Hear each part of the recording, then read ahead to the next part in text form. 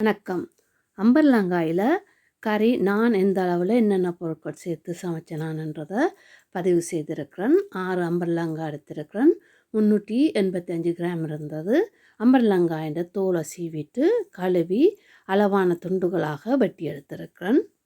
அம்பர்லாங்காயை இவ்வாறு சின்னதாக வெட்டிட்டு உப்பும் தூளும் சேர்த்து சாப்பிட்டோம்னா மாங்காய் சாப்பிட்டது போல் சுவையாக இருக்கும்.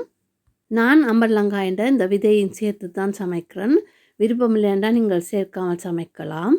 இவ்வாறு எல்லாத்தையும் வெட்டி எடுத்த பிறகு தேவையான அளவு எண்ணெய் விட்டு சூடாக்கியிருக்கிறேன். எண்ணெய் சூடாகியதும் 1/4 தேக்கரண்டி கடுகு, 1/2 தேக்கரண்டி பெருஞ்சீரகம், 1/2 தேக்கரண்டி வெந்தயம் சேர்த்து வெந்தயம் நன்றாக பொன்னிறமாக வரும் வரைக்கும் பொரிய விட வேணும்.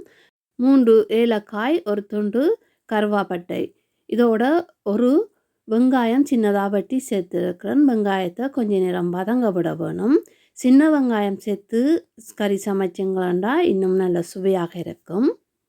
வெங்காயம் ஓரளவு வதங்கி வந்ததும் 5 பச்சை மிளகாய், 4 பல் உள்ளியை சின்னதாக வெட்டி சேர்த்துருக்கிறேன்.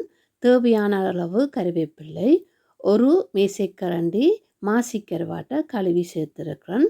இதில் சேர்த்துருக்கிற எல்லா பொருட்களையும் நன்றாக கலந்து வெங்காயம் ஓரளவு பொன்னிறமாக வரும் வரைக்கும் பொரிய விட வேணும்.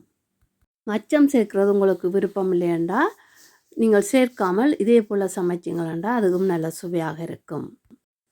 1/2 மேசைக்கரண்டி தேங்காய் பால் பவுடர், 1/2 கப் மெல்லிய சூடான தண்ணீர் சேர்த்து தேங்காய் பால் செய்து எடுத்திருக்கிறேன்.